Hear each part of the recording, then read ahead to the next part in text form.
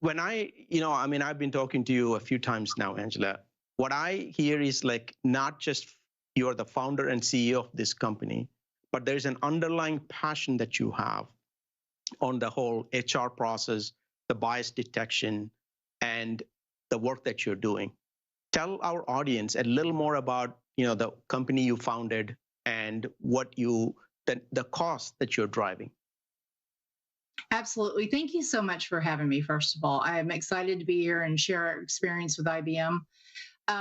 As my own professional experience, I was leaving college as an engineer and entering the workforce. I'm very excited about submitting my resume. Obviously, Angela was up at the top, just like everyone else's resume. You always have your name prominently displayed. And I was having crickets or silence on the other side as I would submit my resume for jobs. And my cohorts, which were men, were all having great success. And I couldn't understand it. And so I have a great mentor, and he suggested, why don't I use my initials, which are conveniently AL? And so I started submitting my resume with AL, my last name. And so everyone assumed that I was a man. And all of a sudden, phone was ringing. And that was the first moment I realized the world is not as I expected it to be. And I'm not going to be embraced with open arms and equal view. But I stayed in the industry for many, many years. I loved my experience there, and I kind of powered through. I'm also a military spouse of more than 30 years. And when I watched my Marine Corps husband, who is also a fighter pilot, retire, he had all kinds of bias that was applied to him. I have a son who's a Navy diver. I have a daughter who's gay. And so very personally, I have an experience with bias in the workplace. But what was more telling is when I went to Cambridge, I spent 4 years there with a team of 150 people doing research to unfold what the real challenges are in recruiting. And so much of it is around bias. And that leads to a lack of diversity, which leads to more bias. I'll be honest with you. Just reading about the work you are doing, your background, your experience, it actually inspires me. And that's the reason I invited you to come with me on the show and talk about it, because the more audience, more folks know about it, the better. So there's a widespread recognition on the value of diverse workforce. Can you tell us a little more about how intelligent automation can help bring in diverse workforce? Absolutely. So much of the obstacles to bringing in people that are different or diverse is that they have a different background. They have a different experience, both in work and scholastic achievements and collegiate achievements. And when you can leverage automation, it levels the playing field for them. They can come in as maybe they don't have as much experience, but they can upskill very quickly, catch up to their peers, and start accelerating inside the organization. And it breaks through this barrier that we think that we're different, because we're actually not very different. We're actually much more the same to one another. But we have to remove the experiences that cause us to look different. And when I say look different, I mean on paper.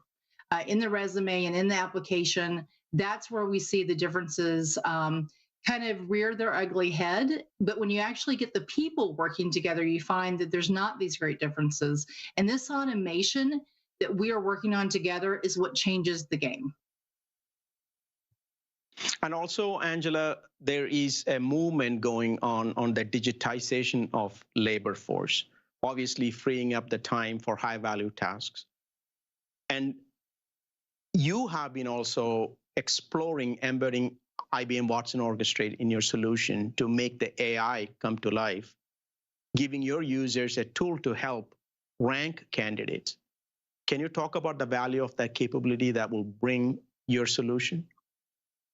Absolutely. I would say that one of the most powerful things is when you can give some part of your workforce, an employee, a new hire, technology that I think of as a sort of like a concierge, like a 5-star employee experience. And when you can take technology and put that in the hands of a new workforce and say, these things are going to be done for you, It's not a chat bot. It's actually you're building an assistant that goes and does the work for you that you really don't want to do. And we all have that part of our job. And you get to focus on the things that you're passionate about, that you're really good at, that where your superhero strength lives. I think that's when you see the true person come out as a great employee.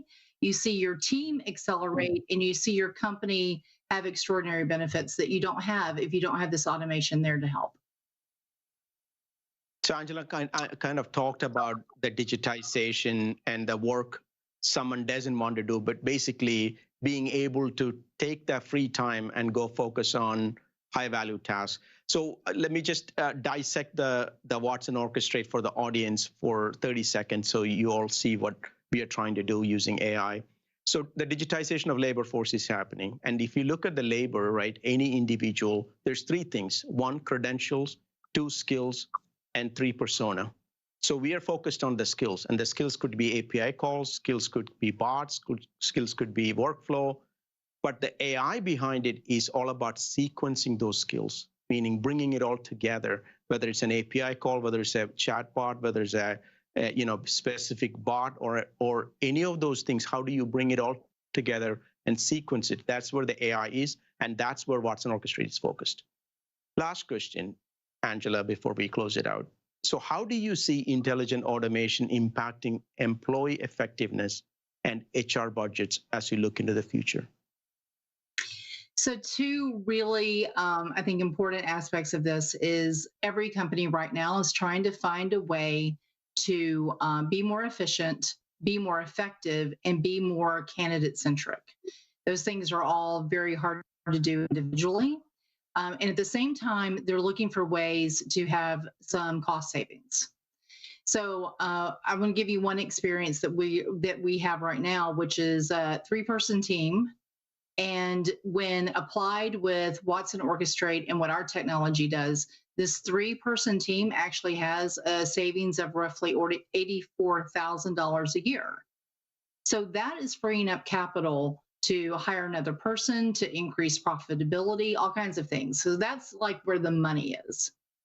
But I think more importantly, if you can have a team that comes on board and is very effective and loves their job because you've given them work-life balance, that's where you have really won. That's really good.